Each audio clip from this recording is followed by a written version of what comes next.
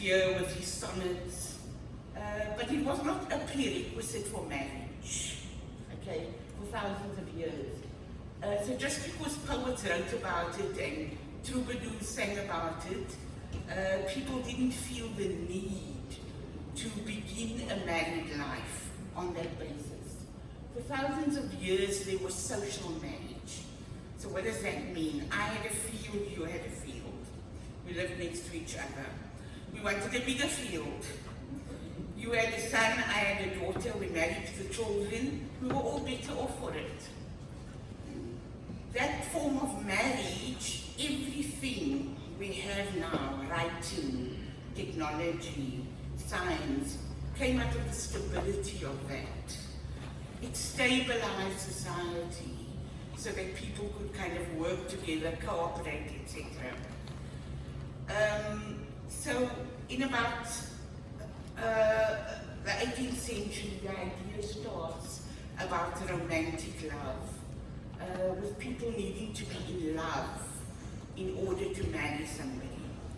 This romantic notion of love now predominates, and it is strengthened by movies and books and all of those things, and it's really the predominant model globally now. So we need to demystify marriage for ourselves first, that we can grow the knowledge and skills to empower our patients to help themselves. People are not in happy marriages by a mysterious process or a lucky accident. Marriage is hard work, and those who appear happiest are actually working at it the hardest. We are all able to acquire those skills. We need to end the myth that some people were just lucky to find their soulmate. Okay, so good sources to begin with. John Gottman, Stephen Bergman, and Janet Surrey, who did a lot of work on male-female systems of relating. Murray Bowen, who did a lot of work on family systems theory. Paul Amato, who basically was part of a 20-year study from 1980 to 2000, looking at 2,000 married couples from Pennsylvania University, a longitudinal study. Denver University had a prevention and relationship enhancement program, which they called PrEP. Maggie Scarf wrote extensively, and Harvey Hendricks wrote extensively.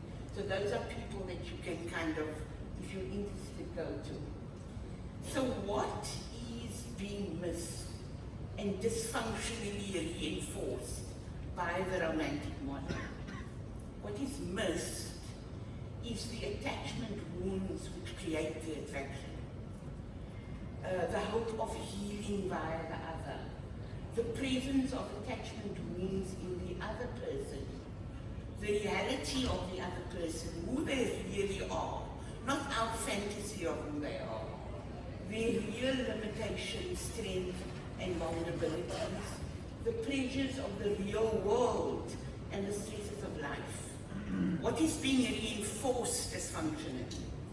That others will come along and rescue us and absolve us of the need to take full responsibility for our own happiness. Others will magically know what we need. We won't need to tell them. We won't need to communicate anything.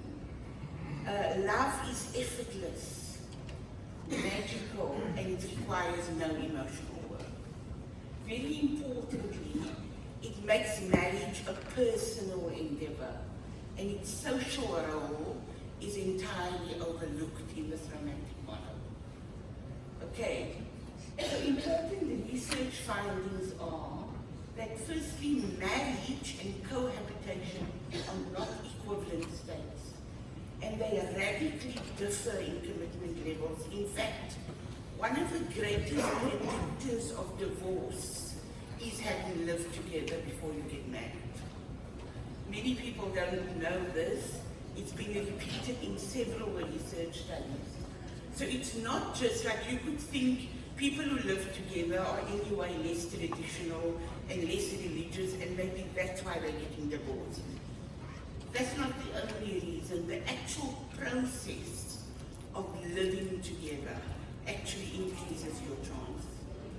Children born within marriages have the best outcomes: health, education, chances of sexual, physical, other kinds of abuses. Paul Amato could show in his 20-year study that there is a significant number of people who regret getting divorced 5 years later. It's at least 30%, but can climb as high as 50%.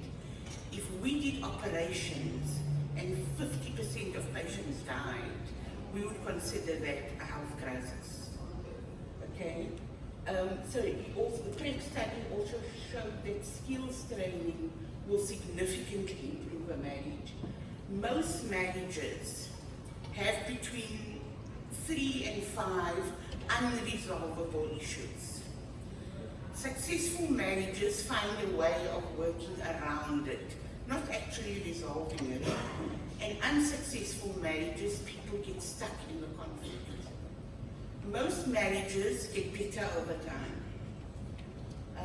So good marriages get a lot better, and unsatisfactory marriages also get better. When people look back 20 years later, it's better 20 years later. The economic outcomes for women post-divorce is severe. Most women are going to find themselves after divorce much poorer than before when they were married. Those economic outcomes are not the same for men. Okay? So we need to understand family dynamics. What constitutes dysfunctionality? Okay? Things like secrecy, obsession with image, constant negative messages, lack of parental hierarchy, lack of emotional tuning, lack of effective communication, unclear boundaries, one or both parents narcissistic, siblings pitted against each other in competition and comparison. People are not taught or modeled how to process and embrace feelings. And the dysfunction can be overt or covert. So obviously substance abuse or physical violence would be overt, but it could be profound emotional disconnection from the child or the parents from each other, something no outsider can see. Virginia Satir, the mother of family therapy, said, feelings of worth can only flourish in an atmosphere where individual differences are appreciated, mistakes are tolerated, communication is open, and rules are flexible. The kind of atmosphere that is found in a nurturing family. The most important finding is that the quality of a marriage is directly correlated with the skills available to resolve conflict. So the quality of our relationships is determined not by how we make love, but by how we make war. I think one could say that on a global level. So it can frustrate me sometimes when a couple is having marital problems and the first question people want to know is how's their sex life? It's not about their sex life, it's whether they can resolve conflict. So this is a kind of therapeutic clinical systems thinking. So because there wasn't a curriculum for this, this is something that I've sort of come to as a possible guide that people can use. So first think of people as being born into systems of marriage set by religious, cultural, social kind of systems, and they all impose expectations of the individual. People are then born into families with unique marriage styles, which are unconsciously absorbed from birth. This is the model which the person draws on and needs reflection from the individual.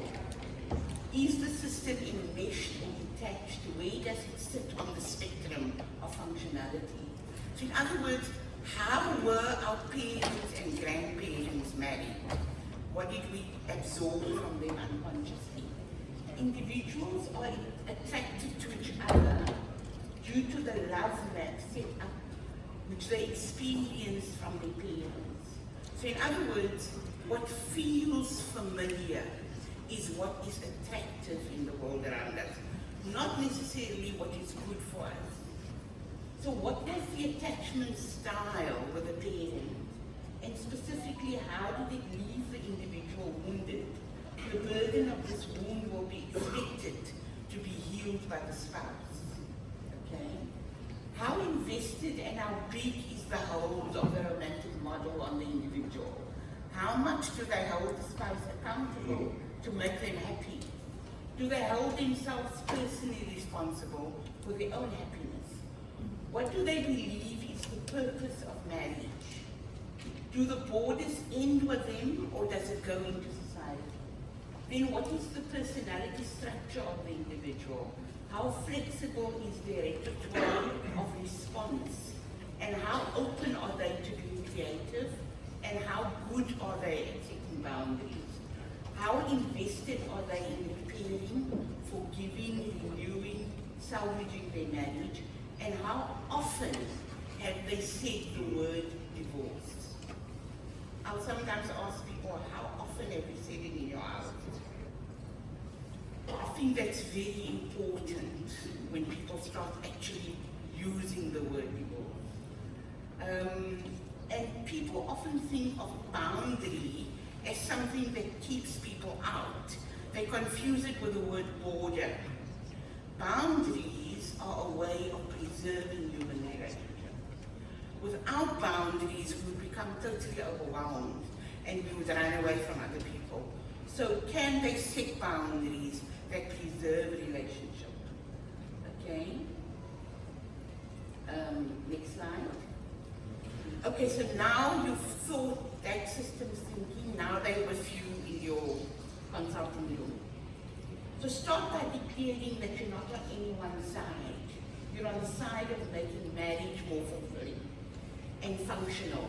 Empathize with them that marriage is difficult and create a sense of hope that it can be worked on and improved. If you have listened to the two people separately, they must be willing to state their complaints in front of the other person. So they must then come together, encourage writing down things and even reading out a letter. Listen carefully to the quality of their communication styles and their strategy to resolve conflict. Is there physical, sexual, emotional abuse or substance abuse? Was the infidelity real or suspected? What do they like and appreciate about their spouse? They must say that to each other, and I often will say, if you see a picture of your wedding, give me a picture. Take them back to that moment. Ask them to recount their origin story. How did you meet? How did you decide to get married? What did your parents think about it? Kind of can take them back to how much they fought their parents to be together. It can evoke all of those memories. So bring the patient to reflection that there are 4 quadrants to their life. There's their marriage, there's their job, their studies, whatever, their friends, the community, hobbies, religious observance, sports, etc. The rest of their family, especially parents and siblings. And I think it was Harvey Hendricks always says that people underestimate how a brother who's difficult, or a boss who's difficult, or a friend who's maybe very exploitative. Your frustrations in all of those places take energy out of your marriage. So I will take a pen and paper and I will draw 4 quadrants and I'll say marriage, I'll write marriage, and I'll write down all the complaints for them that they told me. And then I'll give them the paper and I'll say, take it home. Now, honestly, tell me, after thinking about it for a week, that in the other 3 places you are totally happy and it's all rosy. why this is important is the spouse is right here. Okay, right here. And he's the easy scapegoat. There are many reasons why people are unhappy, you see, but because the spouse is the person you see the most, they become the easy person to blame for everything, you see. So that's important for people to see the big world and that this is part of a bigger picture. Next slide. So bringing to reflection on our problems and dysfunctions elsewhere drain them, and that would have given them energy for their marriage. Ask them if they are able to spend a weekend alone at home. Ask them to do that. Make them aware of how they can use others to escape the spouse. Hendrik says that a look of terror can enter some people's eyes. When you tell them you have to spend a whole weekend with your spouse and you can see no one else, except the children in the house, of course, and who lives in the house, no one else. And of course, especially in our system, where we live, a very sort of extended family system, it's easy, oh, I've got to do this for my father, that for my mother, etc. But some of that behavior is to escape the spouse or to make the experience of the spouse easier.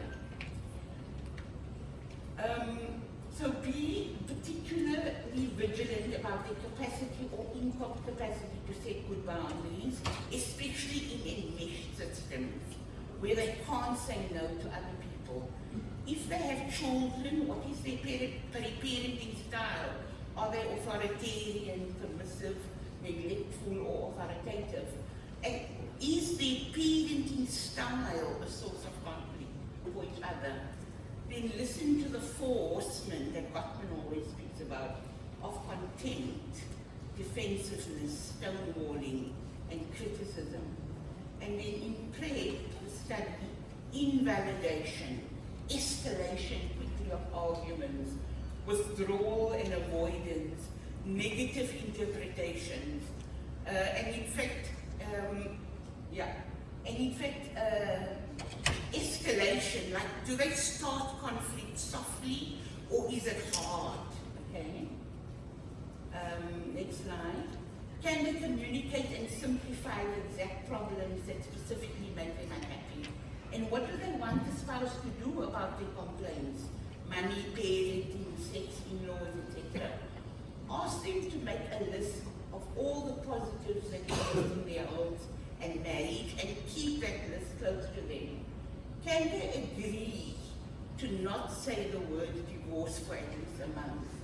Can they access their anger and rage? Are they willing to engage with the speaker listening technique when communicating about conflict? So that's basically only one person can speak at a time. The other one must listen. Use a recovery model style like we do in addiction. Encourage them to take it one day at a time. Encourage them to journal or record what they feel really worked for them. Do they need to forgive? What does forgiveness mean and where may it lead? So, next slide please. Don't be afraid to use humor, okay? Let them laugh at themselves, laugh with them. Why do they think being themselves will be easier with someone else? You still have to do shopping, take out the bin, etc. Set time aside to just experience the company of the other person. What is their fantasy about what life will look like and feel like without their spouse after the divorce?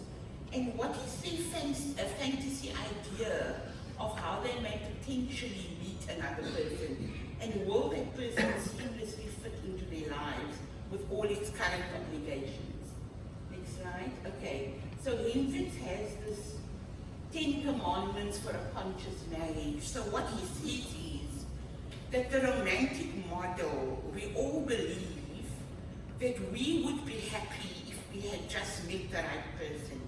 And Hendricks says, no, we will all be happy when we become the right people. And when two people in a marriage have that attitude, how won't things work out? So these are the 10 commandments. You realize your love relationship has a hidden purpose. So in other words, your attachment wounds. You create a more accurate image of your partner. You take responsibility for communicating your needs and desire to your partner. You become more intentional in your actions. You learn to value your partner's needs and wishes as highly as your own. You embrace the dark side of your personality. You learn new techniques to satisfy your basic needs and desires. You search within yourself for the strength and abilities you lack. You become more aware of your drive to become loving and united with the world. You don't just see, you understand that this person is part of a bigger picture of love that you must pour into the world. You accept the difficulty of creating a good marriage. You accept that marriage is hard work. Next, please. So, where I get the title from is, I think, so I'm going to have patients, from different religions, but because I'm Muslim, and if I have Muslim patients, think of marriage as an unending source of love and blessing which flows into our lives and our own. So if you look at in Islam, the well of Zamzam, the great blessing, our very origins as a faith, if you think of it, come from the Rahmah of that well. So even great wells can be stopped. The well was stopped, okay, and the grandfather of our beloved Nabi unblocked the well. So even great wells can become blocked if we throw many rocks into it. So when a well is blocked, it is two people who will at different times have contributed to throwing rocks into that well of love. So now they share responsibility in unblocking that well. So that's not like you were responsible and you got it. There's no way it could only have been one person. Both people must take responsibility.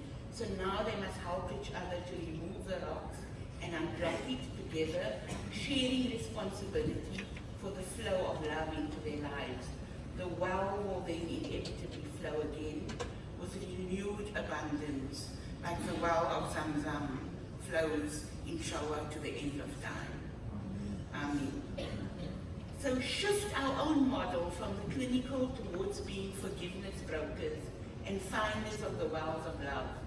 In the arid desert of a painfully unhappy marriage, we can provide hope if we empower ourselves with knowledge to enable us to guide our patients through the pain to a well of love.